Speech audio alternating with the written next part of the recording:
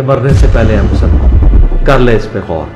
किताबों का खुदा और है, बाबों का खुदा और। कहने को तो ही सबका इस्लाम है, लेकिन किताबों का जहां और है, बाबों का जहां और। बिस्मिल्लाहिर्रहमानिर्रहीम। मेरा नाम है मोहम्मद फ़रहान कुरैशी और आप देख रहे हैं मेरा YouTube channel Jhelum academy engineer Mohammad Ali Mirza. आज हम आपकी मुलाकात करवाते हैं एकेडमी के सीनियर मेंबर से, जिनको वीडियोस में तो आपने इंजीनियर साहब के साथ बहुत दफ़ा देखा होगा। हमारे बहुत ही प्यारे भाई अनवर भट्ट साहब, जो कि एक बेहतरीन आर्टिस्ट भी हैं और अरेबिक मॉडर्न कैलीग्राफी में महारत रखते हैं। जहलम एकेडमी में आप जो इंजीनियर साहब की पॉडकास्ट देखते हैं, उनकी जो बैकग्राउंड्स में अरेबिक कैलीग्राफी वाली जो पेंटिंग नज़र आती हैं, वो भी हमारे भट्ट साहब का अपना आर्ट है। जितने भी बड़े बड़े यूट्यूबर्स और एंकर पर्सन जहलम एकेडमी आते हैं, जब भी कैलीग्राफी के हवाले से भट्ट साहब का तारुफ होता है तो यकीन जाने हैरान हो जाते हैं, जिनमें मंसूर अली खान साहब, जनेद सलीम साहब, हमजा अली बासी साहब, जमीर फारूकी साहब, और वो कहने पे ये मजबूर हो जाते हैं कि ये तो एक ऐसा गुमनाम आर्टिस्ट है जो कि किसी भी माहिर खत्तात से कम नहीं है। याद रखिए, इस्लामी कैलीग्राफी की तारीख इस्लामी तारीख में बहुत अहम है। हर दौर में कुरान से मोहब्बत रखने वाले ऐसे लोग मौजूद रहे हैं। जैसा कि कुरान को तरन्नुम से पढ़ना, इसी तरह कुरान को खूबसूरत खताती में लिखना, ये भी मुसलमानों के यहाँ हमेशा से चल रहा है। हरमैन में भी आपको हाथ से की हुई खताती नजर आएगी। इस इंटरव्यू का मकसद भट्ट साहब की ये पहचान लोगों के सामने लानी है, और जो लोग इस्लामिक कैलीग्राफी की पेंटिंग्स बनवाने की ख्वाहिश रखते हैं वो अकेडमी में रब्ता करके कम दाम बेहतरीन काम करवा सकते हैं। तमाम दोस्तों से गुजारिश है कि हमारे भट्ट साहब ने अपना यूट्यूब चैनल बनाया है अनवर भट्ट आर्ट कैलीग्राफी के नाम से। तमाम दोस्तों से गुजारिश है कि उस वीडियोस को शेयर करें और चैनल को सब्सक्राइब करें। आइए आज इनसे बातचीत करते हैं और इनकी लाइफ स्टोरी भी सुनते हैं। जज़ाकल्लाहु खैरा।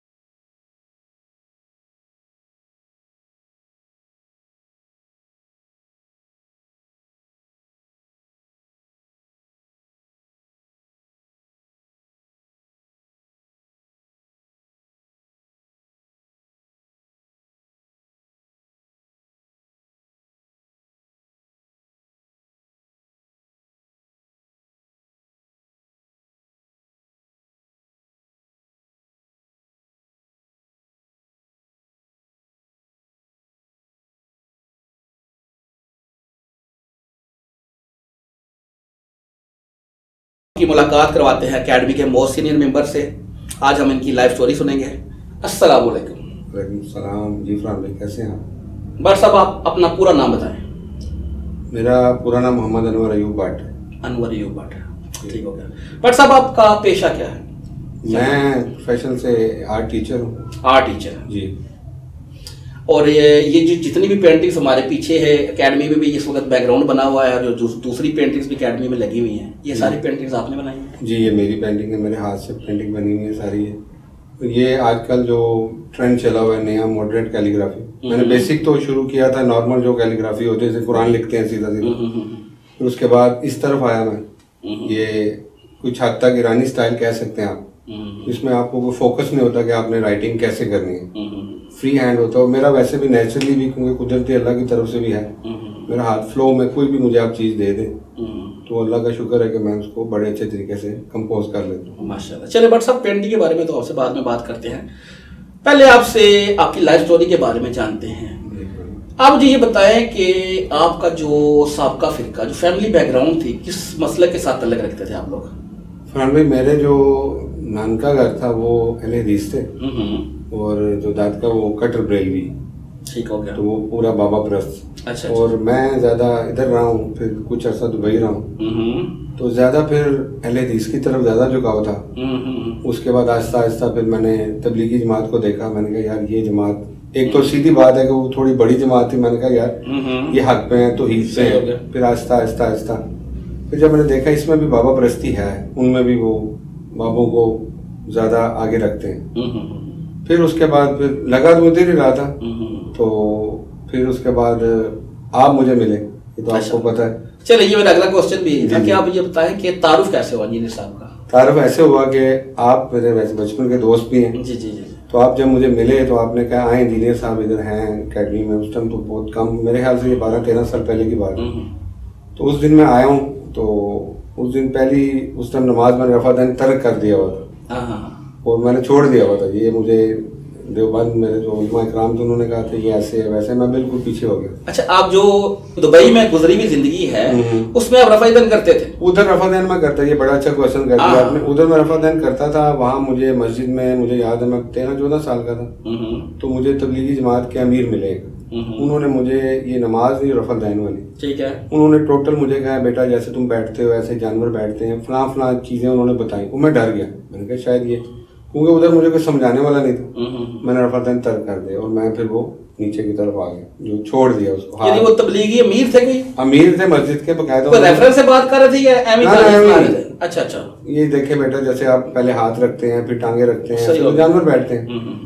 तो मुझे इतनी समझ नहीं थी, मैं कहा ठीक कह रहे हैं, मुअज़्ज़ज़ बंदे थे बड़े, और अल्लाह के रसूल की बात ही कर रहे थे। लेकिन पीछे से जो मुझे बाद में समझ आई, तो उसके बाद उन्होंने मुझे बल्कि ऑफर भी की थी कि आप पाकिस्तान में चलें, 2 महीने का टूर है तबलीगी जमात का, मैं खर्चा सारा करूँगा। मैं अकेला था, बहन भाई नहीं था, तो अम्बू ने कहा नहीं ऐसा नहीं होगा। तो खैर उधर तो ऐसे रहा, फिर पाकिस्तान में आ गया, फिर बरेलवियों के साथ भी काफ़ी अटैच रहा, दरबारों पे जाना, सजदे वगैरह तो नहीं, खैर वो जो साइडों पे लकड़ी लगी हो तो उसके ऊपर सर रख के रोना, और कमर नहीं करनी, उधर कमर नहीं करनी, वैसे निकलना बाहर, और फिर सारा कुछ वही करता था।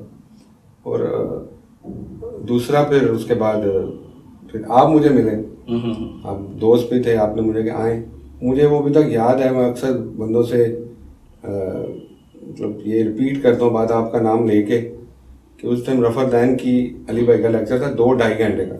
उस टाइम अली भाई बिल्कुल यंग से थे, तो मैंने आगे वाकई ये कहा था कि यार ये बच्चा सा है, इसको क्या पता। फिर मैंने रिसर्च की, मतलब इलियास कादरी साहब को और बाकी सारे उलमा कराम को। मैंने कहा यार रफादान ना तारिक जमील साहब से मिला, उनसे कोई रेफरेंस मिला इसका। फिर ताहिरुल कादरी साहब का मैं इंटरव्यू 2 मिनट का अभी भी नेट पे पड़ा हुआ। वो कहते हैं मैं हनफियों में नहीं करता, लेकिन सियासत के सारे इमाम, बल्कि अब्दुल कादिर जिलानी रहमतुल्लाह अलैह तक, उन्होंने कहा सारे रफादान के कायल थे। फिर मेरा दिमाग हिला, मैंने कहा यार कुछ तो गलत है, हमें तो है नबी पाक सल्लल्लाहु अलैहि वसल्लम से होना चाहिए, बाकी तो जाहिर बात है वो भी इमाम है, उनकी भी तो सुननी है। तो उसके बाद फिर मैंने अली भाई के पास आना रेगुलर शुरू किया, और अल्हम्दुलिल्लाह अभी तक माशाल्लाह शुक्र है कि अल्लाह ताला ने, बस अल्लाह ताला अली भाई को एक लंबी ज़िंदगी दे। काफ़ी ज़्यादा मुझे अपनी बात करूँ, आप भी हैं, हमें अल्लाह ताला ने काफ़ी ज़्यादा हमें चीज़ें पता चली। कोई शक नहीं कि भट्ट साहब आपका अकेडमी के साथ आपका जो है एक दिली लगाव और आपकी मोहब्बत और आपका जज्बा हमें नज़र भी आता है। और इस वक्त आपको जुड़े हुए अली भाई से अकेडमी से जुड़े हुए कितना अर्सा गुजर गया? मुझे तकरीबन 12-13 साल हो गए तकरीबन, माशाल्लाह। तो उस टाइम जब अली भाई के पास 8-10 बंदे होते थे, आप भी और हम सब बैठे होते थे, तो अल्लाह का शुक्र है कि सबसे बड़ी बात है हमारे लिए मोटिवेशन अली भाई है। मैं अपनी ज़ाती बात करूँ, बेशक बेशक, जैसे उन्होंने हमें मोटिवेट किया, सही बात है, मैं एक दिल से बात कर रहा हूँ कि वो जैसे वो हैं भी, उनकी दिलेरी देख के, उनका जज्बा देख के हम तो कुछ भी नहीं है, लेकिन देख के अल्हम्दुलिल्लाह काफ़ी ज़्यादा मोटिवेट होते हैं हम सब। बेशक बेशक। अच्छा ये बताएं, इस दावते हक को जब से आपने इसके साथ जुड़े, कोई परेशानी का सामना फैमिली में, घर वाले, कोई दोस्तों में, और कोई जहाँ पे नमाज पढ़ते हैं इमाम मस्जिद, तकलीफ का भी सामना करना पड़ा? वो जी, है तो शेयर कर सकते हैं। फरहान भाई मेरे कजन्स हैं कुछ, वो मेरे से अक्सर बहस करते हैं, लेकिन वो बीच में अली भाई के साथ, क्योंकि पढ़े लिखे हैं ज़रा, थोड़ी बहुत बहस होती है, दोस्तों के साथ होती है, लेकिन अल्हम्दुलिल्लाह हाँ, जो सबसे मेन बात है, मैं अकेला हूँ, मेरा बहन भाई नहीं है। जब मैंने अभी ये जो आपको पता है हालात जो हैं, तो मुझे एक तो अम्मी ने जो मोटिवेट किया है, अल्लाह ताला उनको लंबी ज़िंदगी दे। जो अम्मी को किसी ने कोई 1.5 साल पहले कहा कि इंजीनियर साहब के साथ होते हैं, पता बेटा खतरे में भी होता है, अम्मी ने कहा कि अली भी बेटा है और अनवर भी बेटा है, अल्लाह ताला उसको भी ज़िंदगी दे, मेरे बेटे को भी अल्लाह ज़िंदगी दे। उसके बाद मेरा मतलब वो खौफ नहीं है, मेरे खौफ नहीं, जिंदगी मौत अल्लाह के हाथ में है, बेशक सीधी राह पे है तो कोई मसला नहीं। बेशक। अली भाई भी तो खड़े हैं एक स्थान पे। ऐसे ही ऐसे ही। मैं अक्सर वो आपसे भी जिक्र करता हूँ कि जब अल्लाह ताला ने काम लेना होता है बंदे से, जितना मर्जी आप, अल्लाह आपके साथ है तो कोई मसला नहीं, कोई मसला। बेशक जी, ऐसे ही है। अच्छा तो भट्ट साहब ये बताएं कि रफ़ाए दैन जो आपने शुरू किया, दोबारा अली भाई को देख के शुरू किया? जी, अली भाई के रेफरेंस देखे, आपको मैंने बताया पहले कि मैं जब सुना तो मैंने कहा यार, क्योंकि मेरे देवबंद जमात के साथ था तो वो मुझे ऐसा पक्का हो गया हुआ था। बल्कि एक मुझे बात याद आई, हम खेल रहे थे इधर किसी जगह पे, तो मुझे एक दोस्त ले गया मस्जिद में, देवबंद की मस्जिद में, उसने तिरमिजी मुझे वो घोड़ों की दुमों वाली हदीस दिखाई। मैंने याद है, मैंने अली भाई को कॉल की, मैं अली भाई ये हदीस है, उस टाइम रफ़ा दिन शुरू कर दिया, तो पक्का हो गया हुआ था। मैं अली भाई ये क्या हदीस? कहते हैं आओ घर। मैं अली भाई के पास गया हूँ तो अली भाई ने कहा कौन थे वो? मैं देवबंदी। अली भाई ने देवबंदियों की तिरमिजी निकाली और वही हदीस, मैं अली भाई तो यही थी। कहते गोड़ा तुम कैसे लाता? मैं अली भाई मैंने नहीं कभी गौर की। फिर जब उन्होंने बताया कि ऐसे लाता, फिर पूरा बताया कि साहबी क्या कर रहे थे, तो नबी पाक उससे मना फरमाया। कहते यही हदीस है जिसमें लोगों को गुमराह करते हैं। उसके बाद जो आखिरी मोड़ थी मेरी, वो भी लग गई कि यार ये बस, उसके बाद अभी दुनिया इधर की इधर हो जाए, ये नमाज नहीं छूटेगी। पर साहब इस वक्त आपकी फैमिली का क्या स्टेटस है? वो रफ़ाए दैन कर रहे हैं, दावत दे रहे हैं दीन के हवाले से बीवी बच्चों का? आपको मैंने बताया कि अम्मा तो वैसे भी अहले हदीस थे। अच्छा, वो तो करते हैं। बेटियों को मैंने अल्हम्दुलिल्लाह शुरू करवाया, वाइफ को भी मैंने अल्हम्दुलिल्लाह वो काफ़ी हद तक शुरू कर दिया उन्होंने। मतलब वो कभी, क्योंकि जाहिर बात है वो जिस फील्ड बरेलवी फैमिलियों से रहे हैं, लेकिन अल्हम्दुलिल्लाह शुरू कर दिया। और अली भाई को प्रॉपर सुनते हैं सारे मेरे घर वाले। अभी मेरा बेटा मूसा जो है छोटा, वो तो हर बात पे बाबा यही कोई नहीं, मगर अल्हम्दुलिल्लाह। बाकी इसकी जो आप नमाज की बात कर रहे हैं, ये तो खैर, ये तो मेरे ख्याल से अली भाई ने इसका किस्सा तमाम ही कर दिया, इसकी तो बहस अभी रही भी नहीं है। सही होगा, यानी कि दीन का काम भी आप कर रहे हैं। फरहान भाई मैं स्कूल में अल्हम्दुलिल्लाह मैं मीरपुर में जॉब करता हूँ, आज़ाद कश्मीर में। उस स्कूल में भी मेरे काफ़ी टीचर्स, अभी पता है अली भाई को हर दूसरा तीसरा बंदा सुन रहा है, मेरे स्टूडेंट्स कितने आ भी चुके हैं आपके अकेडमी में। तो मतलब कोई बात हो, कोई ऐसी बात हो, तो अल्हम्दुलिल्लाह हम रेफरेंस के साथ बात करते हैं। तो जितना हो सके, जिसको नहीं समझ आती, जैसे फरहान भाई हमारा स्कूल है जो मीरपुर में, मीरपुर का सबसे बड़ा स्कूल है गाइडेंस हाउस। तो इसमें माशाल्लाह मेरे ख्याल से हर दूसरा बंदा ने जो उस्ताद जी को जानता है, अली भाई को जानते हैं। बेशक। तो कुछ हैं जिनसे मेरी अक्सर बहस होती है, तो वो भी मतलब माशाल्लाह, ये नहीं कि यार अली भाई ये गलत कह रहे हैं, कुछ कह रहे हैं। तो अल्हम्दुलिल्लाह वहाँ भी मैं जितना काम हो सकता है बच्चों को, मतलब जाहिर बात है मैं जिस बंदे के साथ लेट हूँ, तो वहाँ जाके, मैं भी आर्ट का टीचर हूँ, 5 से 6 मिनट मेरी जाके कोई ना कोई तबलीग की या दीन की बात जरूर होती है। जो अली भाई से सुनते हैं अच्छी बात, वो आगे जाके कोट करते हैं। और क्योंकि बच्चों में काफ़ी ज़्यादा मोटिवेट हो रहे हैं इन्हीं चीज़ों से, और अल्हम्दुलिल्लाह मैं आपको फिर वो बात करूंगा कि हर दूसरा या तीसरा बंदा उस्ताद जी को सुन रहा है। स्टूडेंट मेरे, मैं बल्कि वो हैरान हो गया, उसने मेरे को 2-3 स्टूडेंट मिले हैं, मेरे हाथों में पड़े हुए हैं। वो कहते हैं सर हमने तो इधर टेंशन दिए हुए लोगों को। यार तुम तो मेरे हाथों में, कहते हैं अली भाई को सुन सुन के अल्हम्दुलिल्लाह। और बल्कि मैं एक बात इसमें ऐड कर दूं, मेरे दोस्त आए हुए भी लंदन से, वो अरुण वगैरह, तो वो बाकायदा मैं हैरान हो गया कि मेरे साथ वो ईदगाह मस्जिद में नमाज पढ़ रहे हैं। और मैं तो अक्सर नमाज के बाद हाथ उठा लेता हूँ, क्योंकि सारे उधर जानने वाले तो खैर है, हाथ उठा लेता हूँ, लेकिन सुन्नत नहीं है वो। ये नहीं कि मैं कह रहा हूँ कि मैं उठाता हूँ, कभी कभी। तो वो हरून, मैं बाहर आया हूँ, मैं क्या हरून साहब रफा दैन से शुरू किया था, अली भाई का स्टूडेंट है वो। तो कहता है अनवर भाई ये है ही नहीं है। और वो बंदा जो बता रहा हूँ कटर किस्म के बरेलवी थे, चेंज आ गया जी, बहुत चेंज आ गया अल्हम्दुलिल्लाह। उसके बाद उसका कजन छोटा अली, वो अगले दिन मिला, कहता साजी से कम मिलो। मैं कह अली तू भी, वो भी मेरे 22-23 साल का। माशाल्लाह अल्हम्दुलिल्लाह के लोगों में अवेयरनेस आ गया जी। अली भाई ने घर घर में जो है ना अली भाई का पैगाम अब पहुंच चुका है। तो मुझे स्टूडेंट का मैसेज, टीचर्स के मैसेज आते हैं सर ये अली भाई, मेरे दोस्त बाहर होते हैं काफी ज्यादा, तो अक्सर वो कहते हैं हम उधर से पहले पूछो फिर मैं नेक्स्ट किसी और से पूछूं। मतलब वो नहीं, अभी एक हदीस मेरे पास कितने दिनों से आई हुई, मुझे आपकी बात से याद आई। मैंने उसको कहा यार ये हदीस सही नहीं, कहते उस्ताद जी ने बताया। मैं क्या बताया, कहता सच बताओ। वो मतलब उसने कहा अली भाई ने बताया, तो फिर आगे चलेंगे। तो बाकी अल्लाह ताला उनको इस्तिकामत दे और लंबी जिंदगी दे, हमें तो दुआ, दिल से दुआ है हमारी। अच्छा भट्ट साहब, आपने मुझे बताया था कि आप पेशे से एक टीचर हैं। हाँ जी, आप आर्ट टीचर? जी मैं उधर बेसिकली आर्ट टीचर भी हूँ। मैं ज़्यादा उधर ज़्यादा कैलीग्राफी भी उन्होंने अपने सब्जेक्ट्स में कैलीग्राफी डाली है। ठीक हो गया, क्योंकि मेरा काम ऐसा था, वो मैम जो हमारी हैं वो बड़ी आर्ट लवर हैं, उन्होंने जो कैलीग्राफी डाली है इसी वजह से कि अनवर ज़रा मॉडरेट कैलीग्राफी करता है, वो काफ़ी ज़्यादा मेरी उधर स्कूल में भी लगी हुई। वैसे बेसिक बच्चों के हमारे ड्राइंग्स होती हैं, मतलब सीनरीज, बच्चों के कार्टून कैरेक्टर्स हो गए, डिफरेंट टाइप के एब्स्ट्रैक्ट ड्राइंग, ये होती हैं। लेकिन अब मेरी वजह से उधर स्कूल में मैम ने कैलीग्राफी का सब्जेक्ट भी है, और मैं भी आगे आने वाले सालों में हो सकता है प्रॉपर एक हमारा एक सब्जेक्ट बन जाए कैलीग्राफी में। अच्छा भट्ट साहब, मुझे ये बताएं कि आपने ये फन सीखा था या गॉड गिफ्टेड सलाहियत है, या कोई इंस्टीट्यूट होते हैं जहाँ पे बंदा तालीम हासिल करता है, इस बारे में ये क्या है? फरहान भाई इंस्टीट्यूट तो आजकल बहुत बन गया, लेकिन जो मेरे ख्याल से जो अल्लाह की तरफ से देन होती है जिसको, और वो मेरे पे अल्लाह का खास करम। वो कहते हैं बड़ों की दुआएं। मुझे याद है कि वो ऐड कर ही दूँ, क्योंकि जारी बात है सबने सुनना, आपका चैनल काफी हजारों बंदे सुनते हैं। बेशक। मुझे याद है दादाजी बचपन, अम्मा कहती थी मुझे कि दादाजी उंगलियां पकड़ के मेरा बेटा आर्टिस्ट बनेगा। तो मैं अक्सर सोचता हूँ दादाजी की दुआ लगी, वो अक्सर कहते थे। उसके बाद मुझे बचपन में एक मास्टर साहब आते थे, मुझे उस टाइम मेरे ख्याल से महीने का वो 100 रुपीज लेते थे। वो आके मुझे 2 तख्तियां रखवाते थे।